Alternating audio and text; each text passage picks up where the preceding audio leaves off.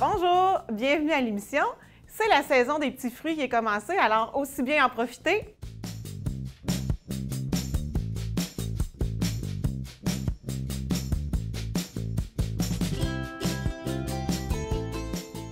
Pour la confiture aux petits fruits, ça nous prend 2 tasses de petits fruits, 2 cuillerées à soupe de graines de chia ou de cameline et un petit peu de sirop d'érable. Donc, vraiment simplement, on va mettre les fruits en purée parce que c'est des bleuets aujourd'hui qu'on a, mais si on avait des fraises ou si on avait des framboises ou si on avait des mûres, on aurait juste à passer un petit couteau dedans ou à les écraser un peu avec une fourchette. Et le bleuet, en étant un fruit un petit peu plus dur, c'est plus facile avec le pied mélangeur. Mais je ne veux pas une purée lisse non plus.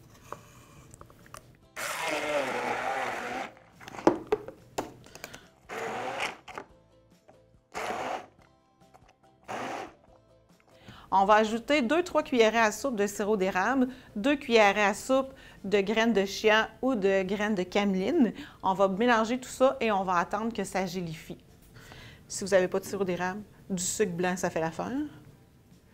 Pourquoi j'aime beaucoup la graine de chia, c'est que ça l'amène des protéines supplémentaires, des fibres supplémentaires aussi. Alors, c'est quelque chose de vraiment plus santé qu'une confiture faite juste au sucre et avec de la pectine. Ça se conserve au congélateur ou au frigo. Au frigo pendant 1 mois, au congélateur pendant 3 mois.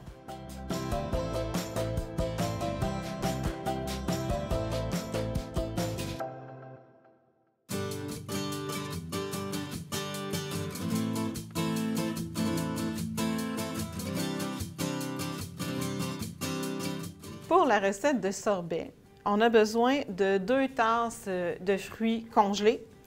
On a besoin de 2 blancs d'œufs, 1 demi-tasse de sucre et 2 cuillerées à soupe de jus de citron. Vous allez prendre 2 tasses de petits fruits congelés, ceux que vous voulez, et vous faites les mélanges que vous voulez. Moi, je vous propose fraise-banane, c'est vraiment savoureux. Vous pouvez aussi fraise avec un petit peu de basilic. Vous pourriez avoir aussi des poires avec un petit peu d'anis. C'est vraiment bon, mais vous prenez n'importe quel fruit, en autant qu'il soit congelé, 2 tasses. Alors, on met les fruits dans le robot. Comme ça. Aujourd'hui, j'ai un petit mix cerises et framboises. Et j'ajoute tous les autres ingrédients. Donc, le blanc d'œuf, le sucre et le jus de citron. Et je vais brasser ça à vitesse maximum dans mon robot culinaire jusqu'à temps que ça devienne bien mousseux. Ça va pâlir aussi. C'est parti.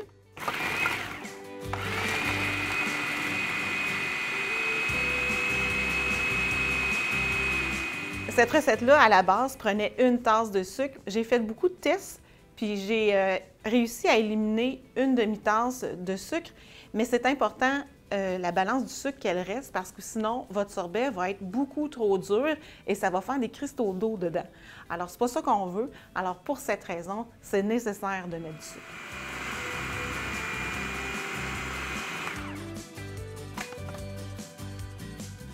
C'est prêt!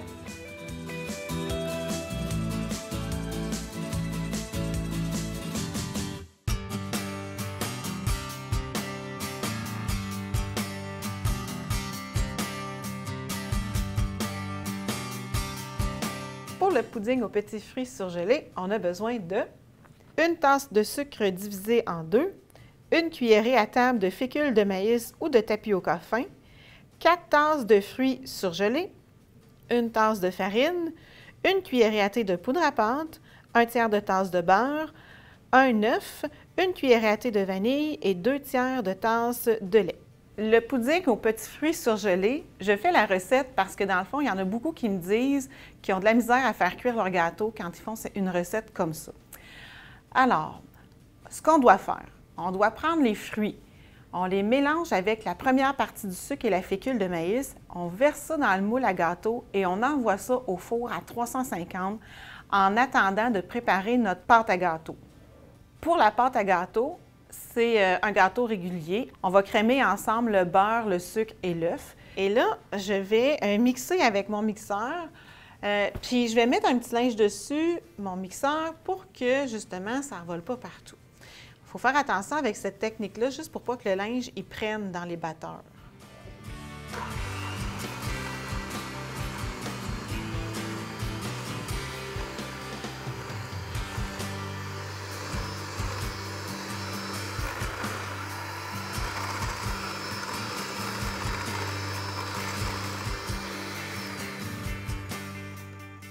Au départ, quand les ingrédients ne sont pas mélangés, c'est là que ça revole le plus, ce qui fait qu'en cours de route, bien, on peut l'enlever, le linge. Je vais ajouter ici la vanille. Je vais remélanger à nouveau.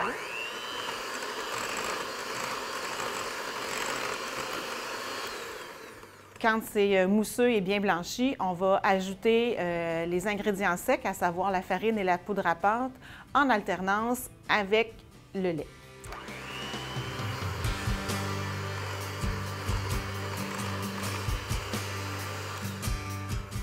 La moitié de mon liquide.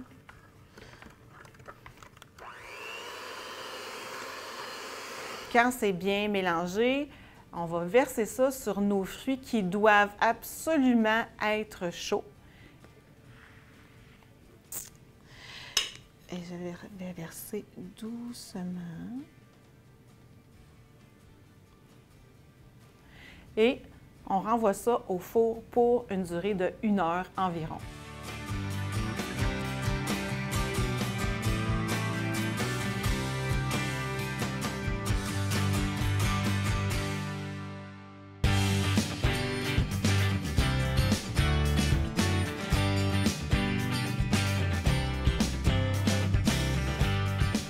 Pour les ingrédients de la tarte aux fruits, on a besoin d'un sachet de pudding à la vanille, de 2 tasses de lait.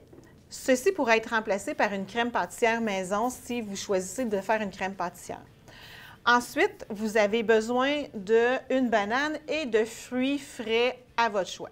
Vous prenez une pâte à tarte que vous allez cuire à blanc. Ça pourrait être aussi une croûte de Graham ou ça pourrait être juste des biscuits Graham déposés dans le fond d'un plat. C'est vraiment simple et c'est très facile. Alors, on va commencer par préparer notre pudding à la vanille selon les indications du fabricant. Fait que moi, je vais mettre du lait.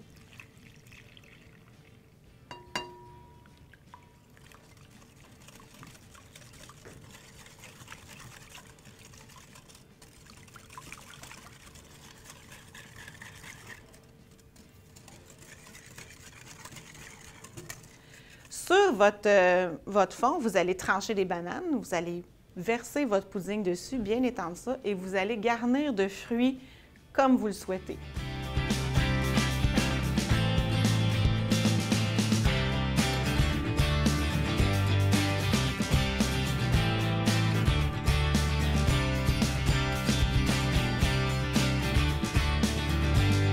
Pour une tarte de ce genre-là, aujourd'hui, j'ai mis des petits fruits d'été, bien entendu, mais vous pourriez aussi mettre des tranches de kiwi, des tranches d'abricot, des tranches de pêche. Ça pourrait être des fruits en conserve aussi, ça fait une belle job. Vous pourriez aussi parsemer ça de cerises, marasquins. Il n'y a pas de limite à cette tarte-là.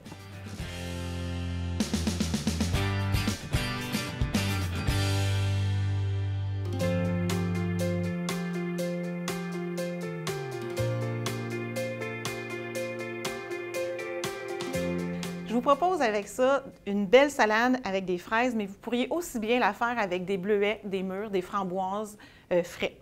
Pour la vinaigrette, 5 cuillerées à soupe d'huile végétale, 1 cuillerée à soupe de vinaigre de cidre ou de framboise, 1 cuillère à thé de moutarde de Dijon, une petite gousse d'ail hachée, 1 cuillerée à table ou un peu plus de sirop d'érable, 3-4 fraises en morceaux, du sel et du poivre. Pour notre salade, on a besoin d'un petit peu de verdure. Ça peut être de la salade Boston, ça peut être un mélange printanier, ça peut être des épinards, qu'est-ce que vous avez. Ça prend aussi un petit peu d'oignon rouge, quelques fraises tranchées, une orange ou des clémentines, ainsi que des pois mange-tout ou des haricots verts. Alors, vous allez mettre tous les ingrédients de la vinaigrette dans un pichet mélangeur et vous allez passer votre pied mélangeur dedans ou un blender, ça fait pareil. Et puis, la vinaigrette est prête. Alors, on va mettre nos fruits dans un pichet mélangeur. Moi, j'ai pris un gros pot maçon, c'est parfait. On va mettre de l'huile, nos 5 cuillerées à soupe d'huile. Une cuillerée à soupe de sirop d'érable. Une cuillère à thé de moutarde de Dijon. Notre vinaigre de cidre. Et l'ail. Et voilà. Du sel. Du poivre. Et voilà. Et on passe ça au pied mélangeur ou avec un mélangeur à main aussi, c'est très bien.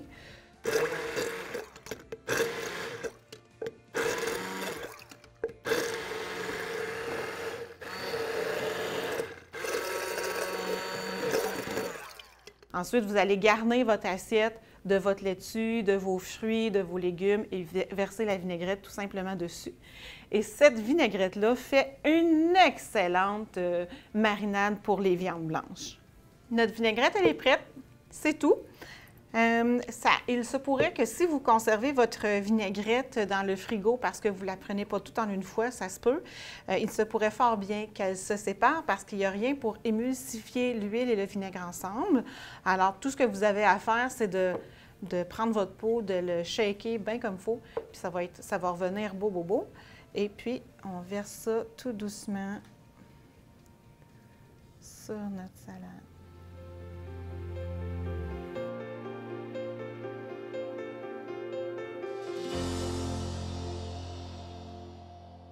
Je vous remercie d'avoir été avec moi aujourd'hui. Je vous invite à aller visiter le site de la Moisson Mascoutaine où toutes les recettes s'y retrouvent. Et je vous attends la semaine prochaine. On va parler des friandises glacées.